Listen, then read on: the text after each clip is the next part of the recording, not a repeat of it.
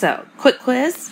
Different types of pain are going to have different biological sources, different symptoms, different treatments, or all of the above. I think you can imagine all of the above. So we're going to talk about different types of pain and why we use different types of drugs for each of them. I already showed you this slide where we have these types of pain, and acute pain being that pain from a current injury that goes away once that injury heals. It's really easy to treat. That acute pain is going to be treated either in any way that's going to block pain transmission. We can use a local anesthetic to block that voltage-gated sodium channel. We can use opioids that are going to increase transmission of serotonin and norepinephrine. Opioids are also going to act up here in the brain to make it less negative. And we do have some opioid receptors also here at the spinal synapse that are going to decrease transmission at that level even further. And then we had NSAIDs and acetaminophen, which also, like opioids, are going to act up in the brainstem and decrease transmission by activating that serotonin norepinephrine pathway. So this acute pain should disappear after it heals. If it doesn't disappear, that's when we're talking about chronic pain. The other thing when we're talking about acute pain is it doesn't have to have inflammation, but a lot of times it does. You sprained your ankle running from the mountain lion, it's also going to inflame. And so you're going to, in many cases, be able to use anti-inflammatory like an NSAID in order to decrease the pain on that end as well. These are going to really be trauma, post-surgical pain, getting hit with a hammer. So those were the acute pain. We're going to talk about 4 types of pain sensitivity that occur in chronic pain disorders. It's more. These are really the way that you get pain sensitivity. We're going to start with inflammatory sensitization of that peripheral nerve.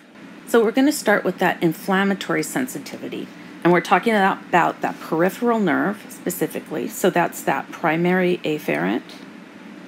Also call it peripheral because it's outside of the central nervous system. And we can also call it that nociceptive nerve. So you sprained your ankle. You were running from the mountain lion, and now you have a short-term injury.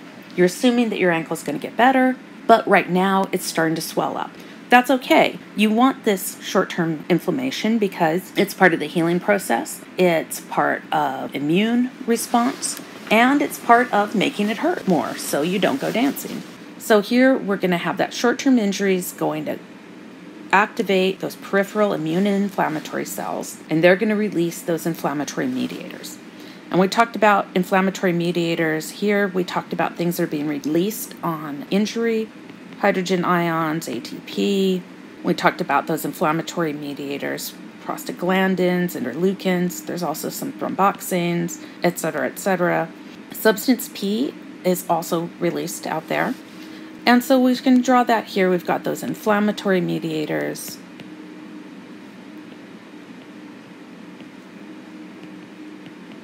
Being released when you have that tissue injury. And I'm going to draw some glial cells here poorly and those inflammatory mediators.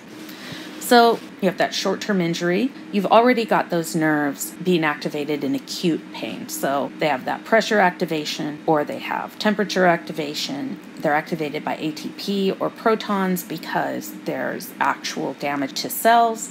So that's supposed to be happening. Now you have that inflammation that's coming in to make it hurt even more. So you've got a lot of activation of this pain neuron. And once that inflammation comes in, it's even more activation than it was prior. So when you think about spraining your ankle, it really hurts. It really hurts when you do it. Then you go, you ice it, you put it up. But even if you treated it well, the next morning, it hurts even more than it did after it happened.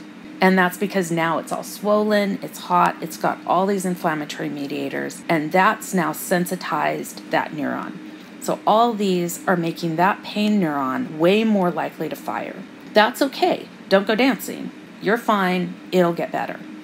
The problem is, in some people, it doesn't get better, and they continue to have inflammation. So if that inflammation doesn't go away, now that neuron is always going to have this sensitization and fire more easily.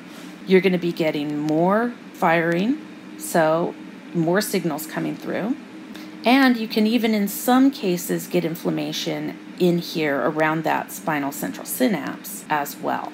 So when you've got this continued inflammation, you're going to continue to activate. And before I was really specific about calling them nociceptive neurons, here I did use the term pain neurons. I'm actually not going to hold you responsible for using the term nociceptive or pain, but I did want to mention, since I did kind of go to the more common use there. So with this continued inflammation, you have continued activation of these neurons. That's going to do a few things. It's not only going to continue the activation, but it actually makes changes in those neurons. So it's going to upregulate ion channels, like upregulating the voltage-gated sodium channels, and that's now going to even further increase the firing. So not only are you having more signaling coming in at that nociceptive terminal, but increased sodium channels, and firing becomes even easier there. And so now you've got a hypersensitivity, where if you touch that tissue, you touch it in a way that maybe would have hurt a little bit before. Now it's so sensitized that if you touch it, it hurts a lot. And the problem is that can very easily create a positive feedback loop. So a lot of times when people get an inflammatory state, it can become, as in some inflammatory back pains, this loop where the inflammation causes pain, the increased pain causes more inflammation, and now it just never goes away. So what can we do about inflammatory pain? You can reduce the inflammation. I mean, that's really the whole goal here. Until you reduce the inflammation, you can't do anything else. So what drugs can we use? Anything that's an anti-inflammatory. So all of those are anti-inflammatory drugs.